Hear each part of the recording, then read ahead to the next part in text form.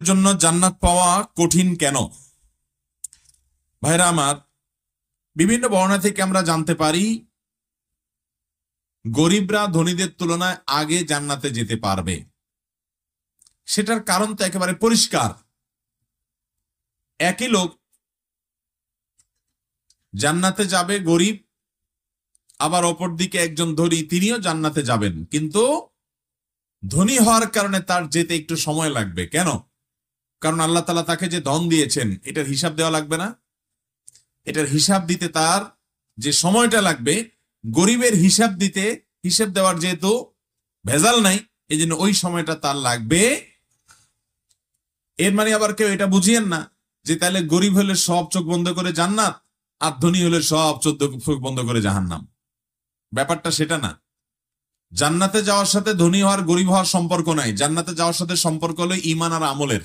কিসের সম্পর্ক? ঈমান আর আমলের। গোটা কোরআন খুলবেন, দেখবেন আল্লাহ তাআলা জান্নাত দিবেন, ওয়াদা করেছেন দুটি শর্তের বিনিময়। ইন্নাল্লাযীনা আমানু ওয়া আমিলুস সলিহাত, যারা ঈমান আনছে এবং ভালো কাজগুলো খুঁটে খুঁটে করছে, খারাপ কাজ করে নাই, তাদের সম্পর্কে আল্লাহ বলেছেন লাহুম জান্নাতুন তাজরি মিন তাহতিহাল আনহার, তাদের জন্য জান্নাত। তাহলে ভাইরা আমার, জান্নাতে যাওয়ার সাথে ধনী হওয়া আর গরিব হওয়ার সম্পর্ক নেই। জান্নাতে যাওয়ার সাথে সম্পর্ক কিসের? ঈমান এবং আমলের, নেক আমলের, ভালো কাজের। যারা খুঁটে খুঁটে শুধু ভালো কাজ করে, মন্দ কাজ থেকে বেঁচে থাকে, আর ঈমান আনে, কুফর শিরক থেকে, নেফাক থেকে বেঁচে থাকে, এই মানুষগুলো জান্নাতে যাবে। এখন সেটা যদি কোনো ধনী মানুষ সম্পদশালী হয়েছেন, পয়সালা হয়েছেন, এর পাশাপাশি আবার তিনি ঈমানও এনেছেন, নেক আমলও করেছেন, তাহলে তিনিও জান্নাতে যাবেন। যেমন উসমানে গনি রাদিয়াল্লাহু তাআলা আনহু, আল্লাহ পয়সা কড়িও দিয়েছেন, ঈমানও দিয়েছেন। ঠিক না বেঠিক? সাহাবীদের মধ্যে বহু লোক এরকম পয়সাও ছিল আবার ঈমানও। অতএব সম্পদশালীদের মধ্যে যাদের মধ্যে ঈমান এবং নেক আমল দুইটাই থাকবে, সোনায় সোহাগা, তারাও জান্নাতে যাবে ইনশাআল্লাহ। আর গরিব মানুষ হয়ে যদি কেউ ঈমান না আনে, নেক আমল না আনে, নেক আমল না করে, ভালো কাজ না করে, নামাজ না পড়ে, কিন্তু মানুষটা গরিব, সে জান্নাতে যাবে? জান্নাতে যেতে হলে ঈমান আর নেক আমল লাগবে, ধনী হোক আর গরিব হোক।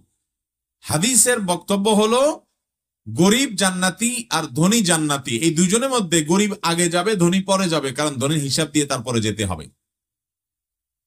এখন আপনি বলতে পারেন তাহলে তো গরিব হওয়াটা ভালো, ধনী হওয়াটা খারাপ।